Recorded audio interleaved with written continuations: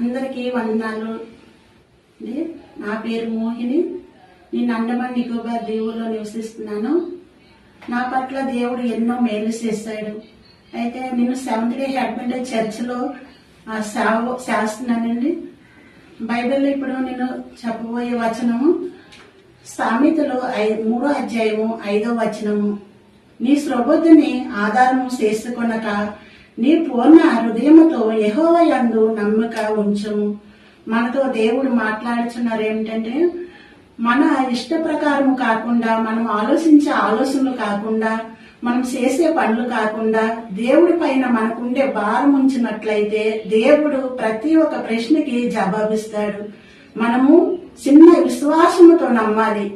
విశ్వాసంతో ఉన్నట్లయితే మనం అడిగే ప్రతి ఒక్క ప్రశ్నకి జవాబిస్తాడు. మనకి ఇచ్చే దేవుడు ఉండగా మనకెందుకు భయము? మనము దేవుడి పైన మనకుండే భారం అంతా ఉంచాలి.